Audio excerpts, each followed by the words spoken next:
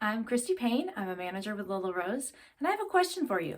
Have you ever used a pen, a chopstick, a paintbrush, or a chewed up pencil for your hair? I have. I have used all of those. In fact, I have even used a stick that I found on the ground when I was hiking and desperate for something to put in my hair. So we have something that's better than that. We have a variety of hair sticks. And we have rugged sticks of different shapes. Sometimes we have holiday sticks at different times of the year.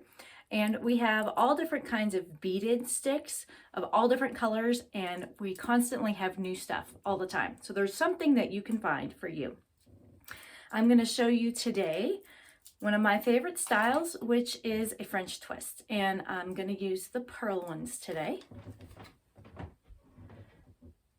So you're going to start with a low ponytail. You're going to twist it up. And so when you've twisted it up, you've got a pocket. So whatever side your pocket is on, you're going to bring this down and turn it. And then you're going to tuck your ends in.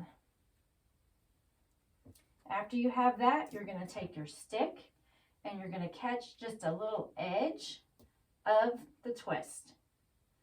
Then you're going to go to the scalp and flip it and push it back through.